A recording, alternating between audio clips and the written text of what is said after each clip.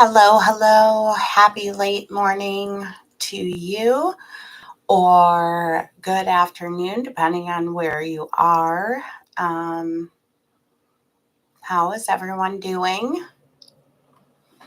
I'm a little a little bitter today. I'm trying to stay positive today. It's uh, it's just all been so much for me to take in with this case. Um, but also processing all of the opinions and thoughts and sentiments that I'm reading everywhere. And um, anybody that knows me really well knows that I do love inspirational shirts. So, like today, I'm wearing my Perfectly Imperfect t shirt. Um, because I do believe that I am very imperfect, and I believe we all are. And I do try to wake up every day um, and be grateful for what I have and give grace and try to be a forgiving person. And with everything that I have experienced in my life, I believe I'm probably more forgiving than most. And so I think that sometimes it can be hard for people to, hi, Sandy, understand my attitude towards certain things related to this case and many other cases that we cover, because I might come off as unforgiving or that I cannot see um, the other side of things. And I just want to say that is so far from the truth. I have firsthand experience of what the damages are of living with someone who has substance abuse issues, how that impacts everyone in the family, extended family, friends, people in the public, their schools, their kids, older parents of adults that have addictions, as well as with mental health, um, and the great impacts that mental health can have on the people that they interact with. So I have a lot of experience with all of this. I have lived experience with domestic violence. I am a survivor. I am a proud survivor. I worked incredibly hard to be alive today and as well as I can be, I suppose. So I have all of this lived experience, and with that has come a tremendous amount of grace and forgiveness. That being said, um, because I have known and lived, I know that those cannot be crutches for heinous acts, and they are not excuses, and it doesn't make anything justifiable or acceptable. And there's a fascination by most of us in these cases as far as how they get to that place. And certainly we want to blame all of the people and organizations and um, things like CPS, police, all of these things. How did it get to this place? And all of those things are factors, most certainly. But at the root, the heinous act was caused by one or more individual persons. And I'm not so forgiving when it comes to that, and when it comes to children, especially. And in my mind, sometimes a child could be 18, 19, 20, because I'm a mother. And to me, when my kids reach that age, they're my babies. They're still going to be my babies. And before we dive into these initial appearances, I did. I tried to stay away, but I caught some of the latest things that are out there in the past 24 hours in this Sebastian Rogers case. And I almost did a live on Sebastian the other day. And then reading all of these things, I physically felt my blood pressure rise, and I was reminded of why I had stepped back. And it was because the powers that be and the people that are supposed to care about that child the most are going to continue to do everything possible to get any awareness and attention away from Sebastian. And all this time continues to pass, and it is still not about Sebastian. It is not about finding him and advocating for him and doing better by him now. It's still the clown show that it was the last time I did it. I might get served legal papers because I said his name by either side. It's ridiculous.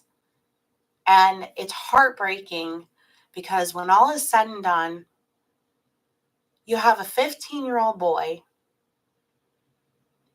with autism, other medical conditions, who was failed by so many, who, for all we know, could be lying under leaves and sticks and twigs in the woods, just like our dear, sweet Elijah. And everyone gave up on him.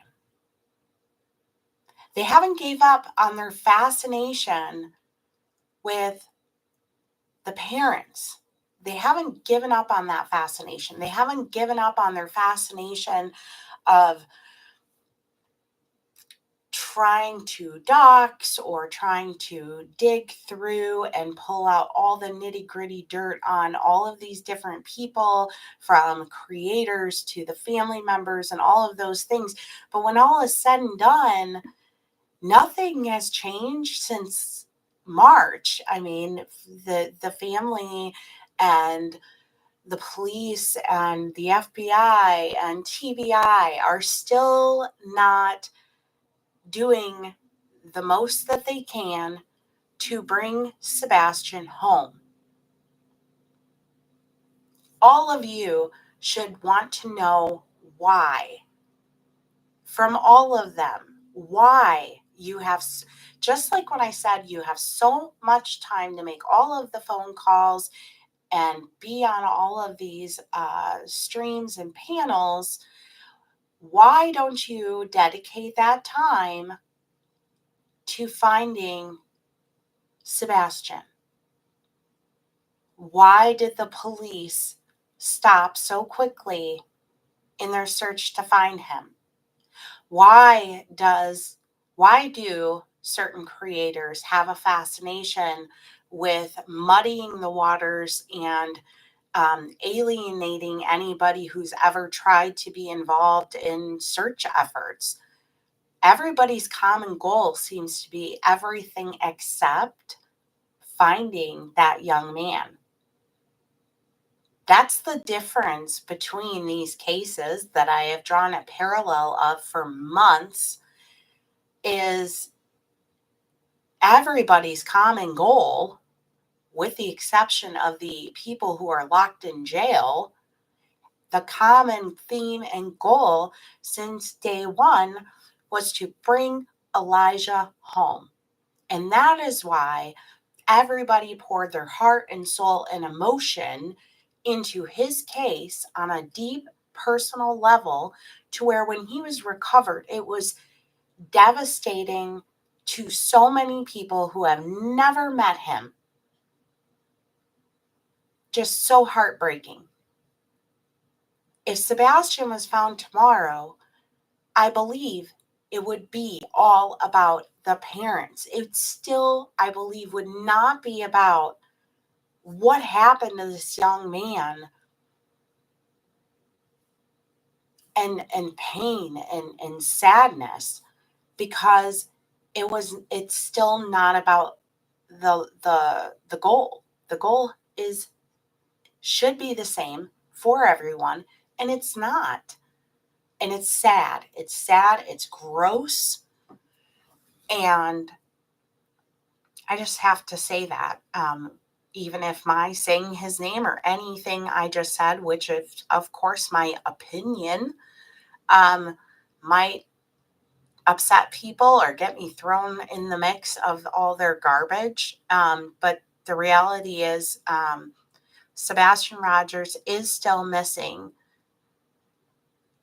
The last known whereabouts were Hendersonville, Tennessee. And I hope that at some point there will be a valiant effort to try to bring him home. Sandy, I wish I knew how to help, because I have sent resources from the beginning, and the family has rejected real, valuable, legitimate resources. And the people that claim to be part of his army or advocates and all of these things, it's just not even real. And he suffers because if he is alive, he is suffering because of everybody's behavior. If he's not with us, he's suffering because he just can't be put to rest. So I continue to pray. But at the same time, when anybody that attempts to help is attacked, and, you have to at some point say, well, maybe other cases are just going to have to be more important, or maybe safety is more important, or your family is more important, because they're just pushing it away. And the biggest thing that I tried to push for, which did not even create any traction, was how about the public demand law enforcement resume search efforts? Because if you're not aware, they stopped about a week after he went missing. And I couldn't stand for that as a mother, for them to give up on my disabled 15-year-old teenage child within a week. I wouldn't be able to handle that. So I try to make that basically go viral, the right message to go viral. And that epically failed. So, and if you're not in the mix of that case, share his flyer. Remind people that he's still gone. But I would implore all of you to don't go down the rabbit hole. The toxicity in the groups and amongst platforms such as this, it is literally bad for your health. So it's true. So moving on to why we're here, I did watch, but I was on the fly. I watched the initial appearances for Katrina Baur and jessevang.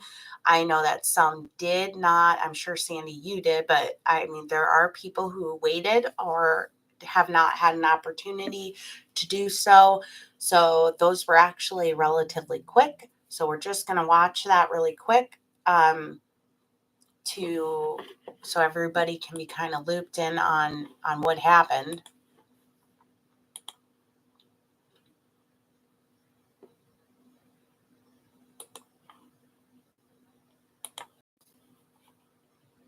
So again, this was yesterday afternoon.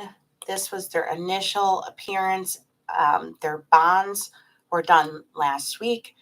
$500,000 cash bond for jessevang, $400,000 cash bond for Katrina.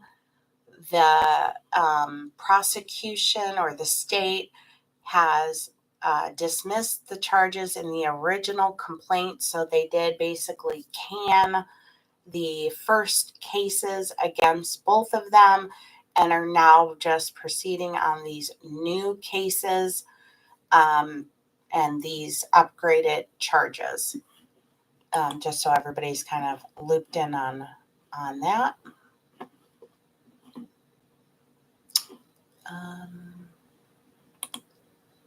Okay.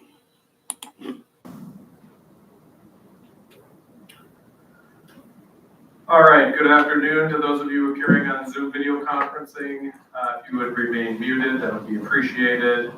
Attorney Gratz, are you there? I am, Judge. All right. We will call State of Wisconsin versus Katrina Baur, case number 24CF693, appearances. State appearance by Jacqueline LaBrie. Katrina Baur appears via video in custody with Attorney Amber Gratz. Good afternoon. The matter is set today for an initial appearance. Attorney Gratz, have you received a copy of the complaint? We have, Your Honor. We would waive any formal reading. I did review all of the charges with Katrina. I also reviewed the probable cause preliminary hearing, and we would like to waive that at this time as well. All right. Were there any inducements, Attorney LaBrie? No, Judge. All right. 911, what's your emergency? I smell something delicious and I don't know what it is. Ma'am, we traced the smell and it's... Ms. Baur, you heard your attorney indicate that she believed you wish to waive your right to a preliminary hearing. Is that true? Yes. How old are you, ma'am? How old are you, Ms. Baur? And how many years in school have you completed? 11. Are you currently receiving treatment for mental illness or disorder? Yes. Do you feel clear-headed and rational enough to understand what's taking place in court today? Do you understand that at a preliminary hearing, the state has the burden to show that any felony was probably committed and that you probably committed it? Yes. Do you understand that the state meets that burden by providing proof through testimony, and that if you had a preliminary hearing, your attorney would be able to cross-examine or ask questions of any witnesses called by the state? Yes. Do you understand that by waiving the preliminary hearing, you're not giving up any other rights, and you can still do things such as file motions or have a trial if you wanted? Has anyone threatened you or promised you anything to get you to waive your right to a preliminary hearing? Have you understood and answered truthfully all the questions I've asked? Is that a yes? We're having a hard time hearing you. If you could just speak up a bit. Yes. Thank you. Attorney Gratz, you reviewed similar questions with Ms. Baur. I did. Do you believe she understood what you were asking along with the rights being given up? Yes. All right, with that, the court will find that Ms. Baur is knowingly, voluntarily, and intelligently waiving her right to a preliminary hearing. I have reviewed the criminal complaint and find that it does contain probable cause that she committed a felony in Manitowoc County, Wisconsin, and I will bind her over for further proceedings. Do the parties wish to proceed to arraignment today? We're asking for an arraignment date. It doesn't have to be too far out. There's also one bail issue that we need to address, but I'm waiting on some information from another county. So if we could just have a date early next week for whenever the court has time. All right, give me one moment then to find a date for you.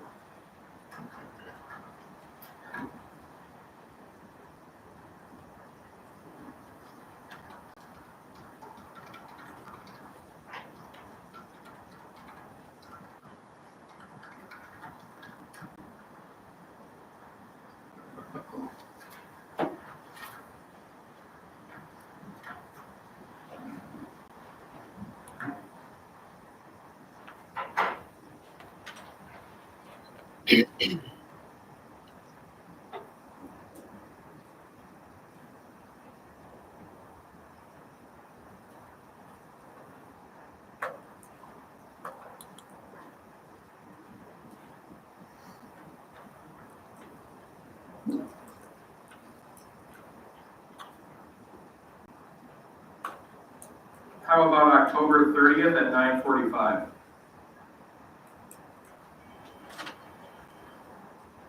That works. That should be fine. All right, that'll be the date and time of the arraignment, and do you want that by Zoom again, Attorney Gratz?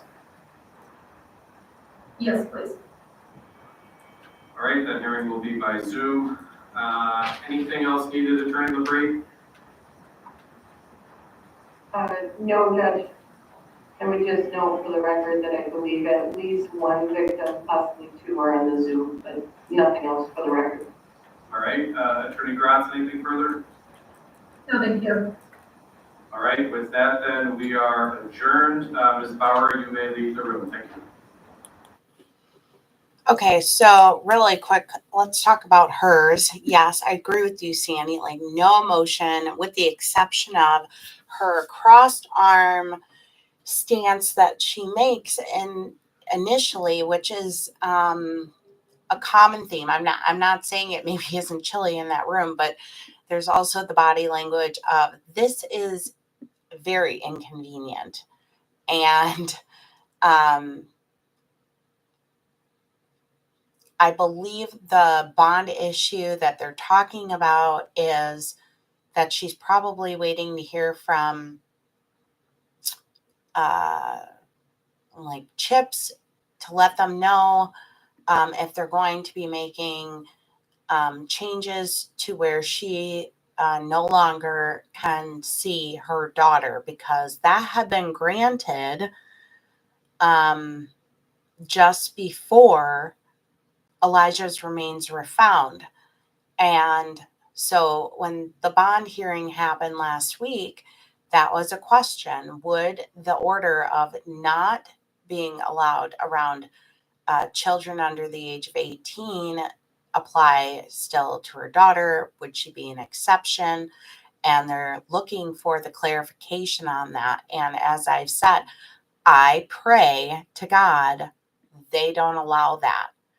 And while I've seen the comments of I'm sure she's well protected, well,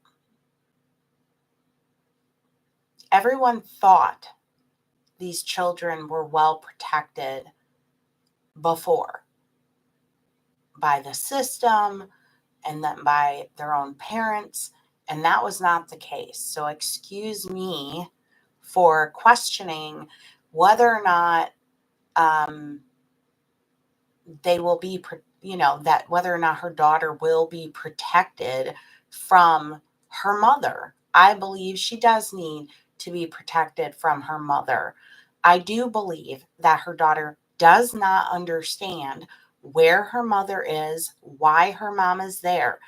But that doesn't mean that just because she might feel sadness that she misses her mom, that doesn't mean that the adults that of the whatever care she's in don't have a responsibility to protect her. And I hope that they do continue to protect her, and that they revise the order or include in the bail order that she is not allowed contact with her daughter. I don't understand how you could be facing such charges and read what is in the probable cause complaint, to which her daughter is a named victim. It should not be allowed. No different than in a domestic situation, you're supposed to have no contact with the victim. Why is she allowed to have contact with one of the victims? Her daughter is a named victim. She is victim child 2. So let's not forget that.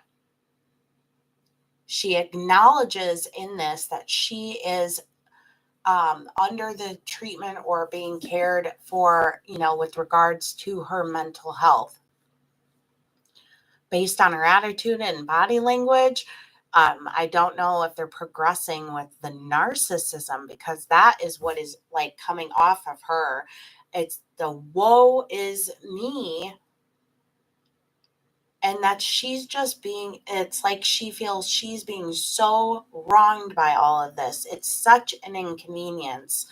I certainly would love to be a fly on the wall in that jail to see how many people there are calling her actions out and telling her what she looks like and what they think. It's and it's sad. And while it is the decision of her mom, sister, brother, they have the right to make their own decisions, and they have the right to choose if they are going to continue to support their daughter or sister and love her through this regardless. Family dynamics can be very, very tricky. But that being said, I hope that in that support, they're not coddling her through it and not wanting her to take responsibility for her actions. She waived her preliminary hearing. A little bit of not a surprise there. We're going to jump into Jesse's. That was even quicker. So she, again, what is that, Monday? Let's see. No, she is Wednesday, October 30th, 9:45 a.m.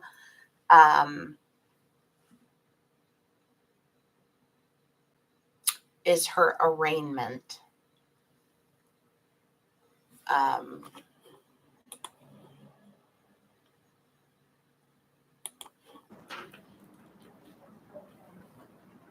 She's probably like, do I get to see Jesse?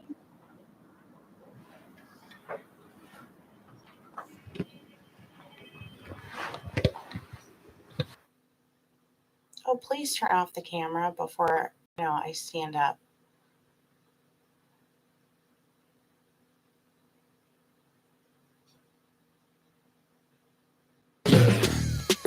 Money, I'm a flex. I get that money, I'm a flex.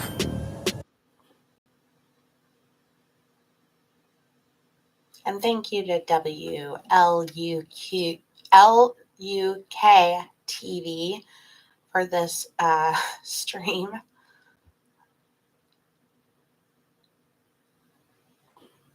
And it took a minute for whatever reason for his to get rolling.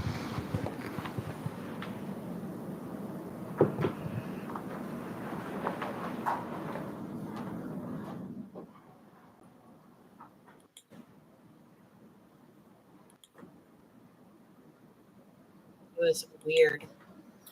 All right, Mr. Vang, can you hear me?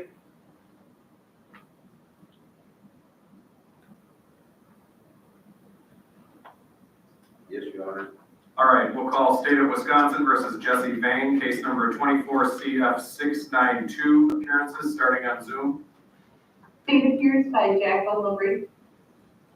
Vang appears in custody via Zoom with attorney Luke Harrison. This is a special appearance. The Public Defender's Office has yet to appoint counsel. All right. Are you requesting a preliminary hearing be set? Yes, Your Honor, we have received a copy of the complaint. We would waive its formal reading and request a preliminary hearing date. All right.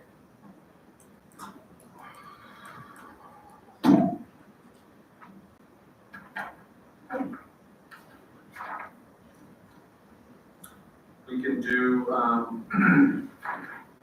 October 24th at 3 o'clock, or would you prefer October 31st? I think it might benefit the Public Defender's Office to have a bit more time to appoint, so I think that 31st date would make the most sense. All right. The only issue, what time would it be on the 31st? It would probably be at 3:30. If this actually is a contested hearing, it's going to be longer than an hour, would be my guess.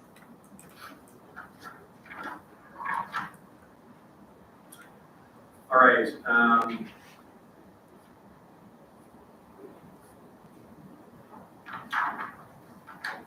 don't know if we want to put it on the 24th just to see if the Public Defender's Office has had any luck with counsel, that we can do better scheduling.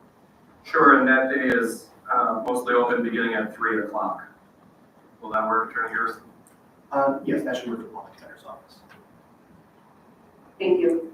All right, so Mr. Vang, your preliminary hearing will be set for October 24th at 3 o'clock. Hopefully by then we'll see if you have an attorney appointed to help you out with your case. Is there anything else, Attorney Harrison? No, thank you.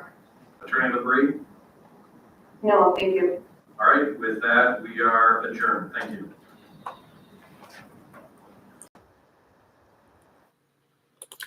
Okay, so it shouldn't surprise me that he didn't waive the preliminary hearing because of what he did with the motion for specificity in the initial case. He wants the state to have to quote unquote prove their case. So typically at the preliminary hearing, you are going to hear some parts of the evidence and some testimony. If this actually takes place on the 24th, right now it is scheduled for the 24th at 3 o'clock. Whether they're going to just talk about if they need to set it out for a different date the following week earlier in the day, because what she was saying is if this is really a contested hearing, it's going to take more than an hour, and you have to coordinate that people are going to come and be available to testify. So we'll see if that actually happens at 3 o'clock on the 24th. And she might have just kind of brought attention to the fact that, like, it's Halloween, maybe, if it's going to go over, is the courthouse going to, did they close at 4:30? So we'll see but it doesn't surprise me that he's contesting this. The way he talks, the same thing with the narcissism. I believe if I was a betting woman, he's going to take this all the way. He's going to take this to trial. And I think if they offered him a deal, he would not take it. That's my guess. And at that point, I'd be curious if he is going to want a speedy trial or not.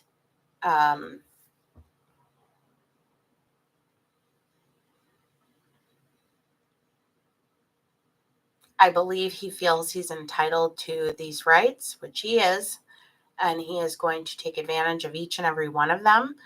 I did see that they have appointed two attorneys.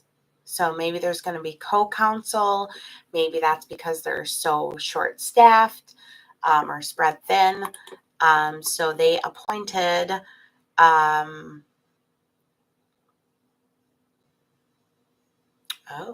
have they appointed 3?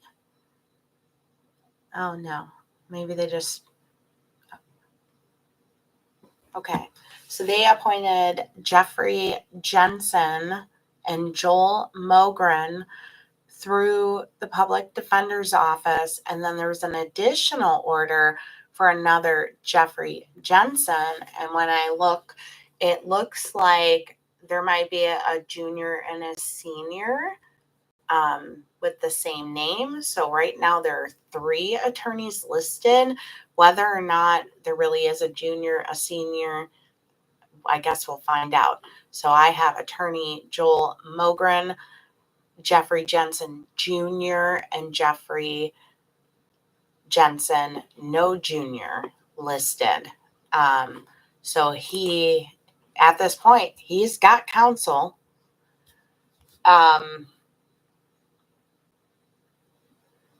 So if the attorney believed there was enough probable cause anyway for Katrina, I believe he's going to find that there is probable cause for Jesse. I think Jesse knows it. But sometimes when you have that preliminary hearing, I think it gives the defendant and possible defense an idea of how the state plans to present their case or certain elements of their case. And it gives them kind of a little bit of the style, maybe get some access to certain things sooner, to hear what police are going to say. And then they can take that and, help that in mounting their defense. I wonder where they're going to send Jesse and Katrina. I imagine you mean like what final prison they would go to if they were sentenced. And I was going to look up this case of this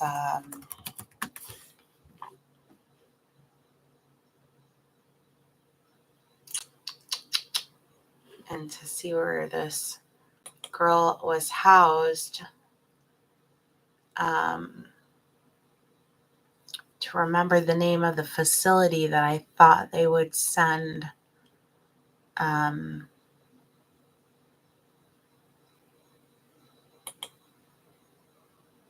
Katrina to.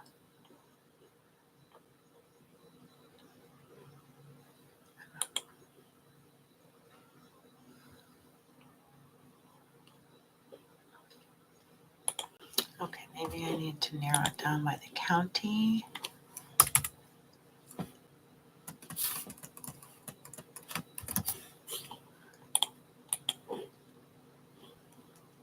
What?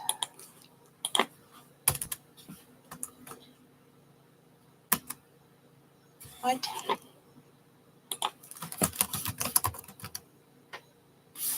Oh, I missed that. Of course I did that. Okay.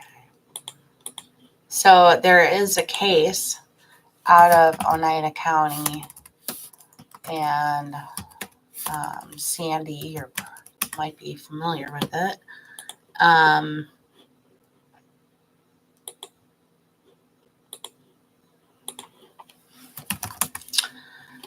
That I've always been extremely fascinated by, and she is in the Tachita Correctional Institution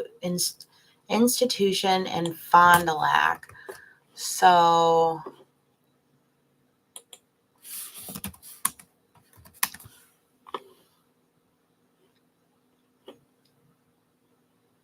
it's a maximum and medium security women's prison. So if I had to bet, she might go there, and that's in Fond du Lac, obviously a lot closer.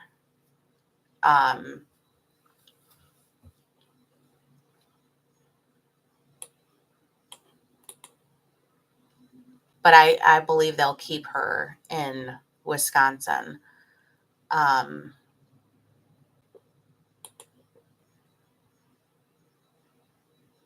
Right now, there is a lot of revamping, as Sandy probably is aware of, with the prisons, especially in the northern and eastern parts of the state of Wisconsin, and talks about closures and restructures and shifting. So it's very hard to say as far as Jesse goes, where they would send him, but I believe they'll keep them both in the state. And the Tachita Correctional Institution, let's see. Yeah, they have less than 1,000 in their facility.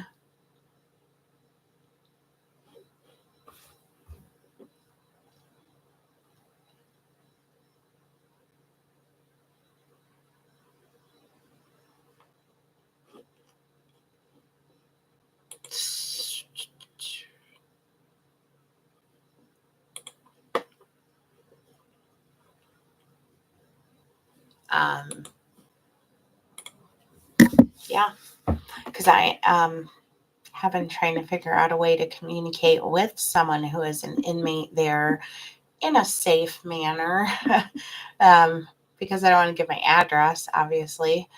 But there is an inmate there for a very notorious northern Wisconsin case that has fascinated me for a very long time. And I just have a lot of feelings about it, but and I wanted to bring it to my channel here, but I probably will do it on a members only, because the person's already been convicted. They're already in prison. And this is more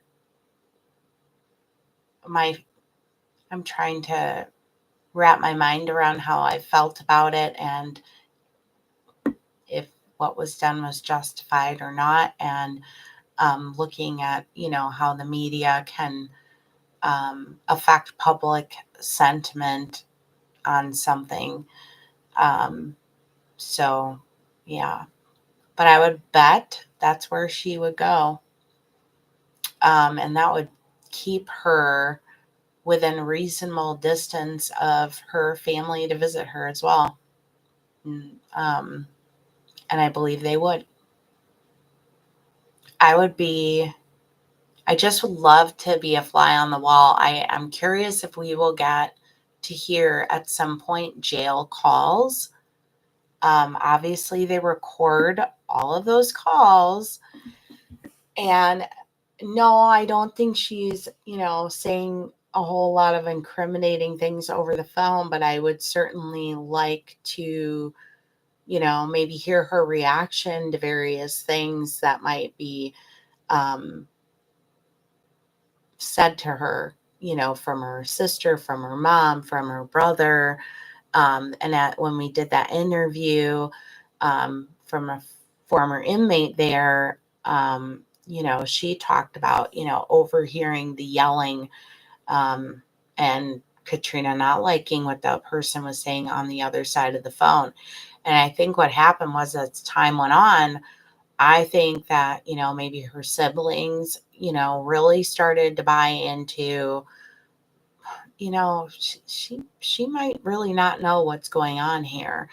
And I'll be curious, if they've read the complaint and the additional evidence that we've now been presented with, if their sentiments have changed, or if they still believe her entirely that this just, wasn't, because I believe it was her brother who had said, oh, she just, that she wasn't really around him, that he just came out of nowhere. And that's just not the case. The other thing is, I know, people have been wondering who Pam was. that was mentioned, as far as Elijah asking for Pam when he was upset or sad at Jesse's apartment. Pam was a neighbor of Katrina's in the Dells, and she and her husband, helped or occasionally cared for Elijah. Probably his sister loved him, and did an interview with the news in the beginning about some of the things she thought, which I have it here. Let's see. This was Channel 27 WKOW News. Pam and her husband Dan said Elijah was like a grandson to them. I think about him every minute of every day. We both thought it was like a bad movie. This is prior to him being found.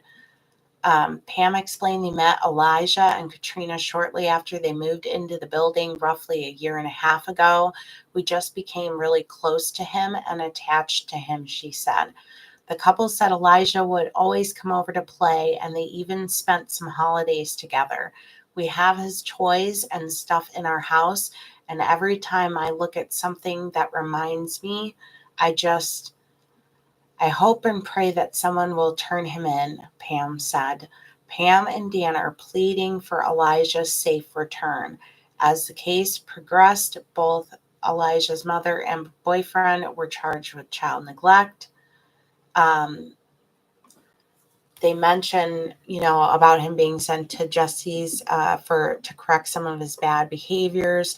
Pam told Channel 27 he was not a troubled boy. He was not unhappy. He was always happy.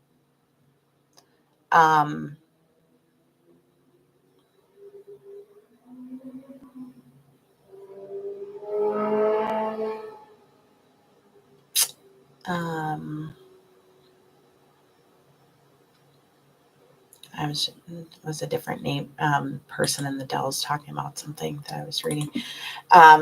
So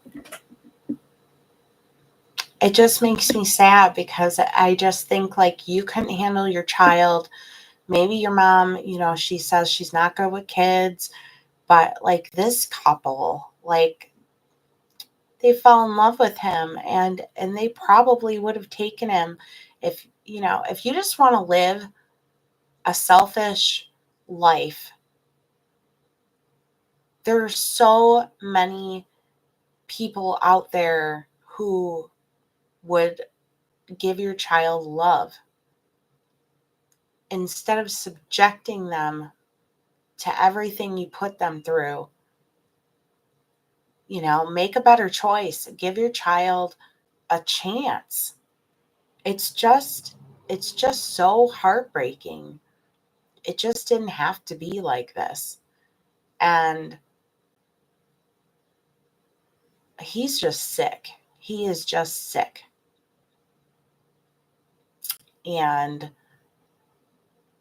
I pray for his son, and I pray for her daughter that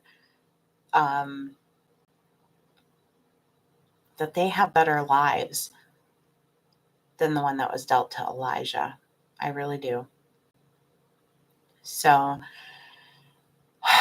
this is where we sit. Katrina is going to have her arraignment on October 30th, 9:45 a.m. Jesse, at this point, it says it's a preliminary hearing. That will be on Friday.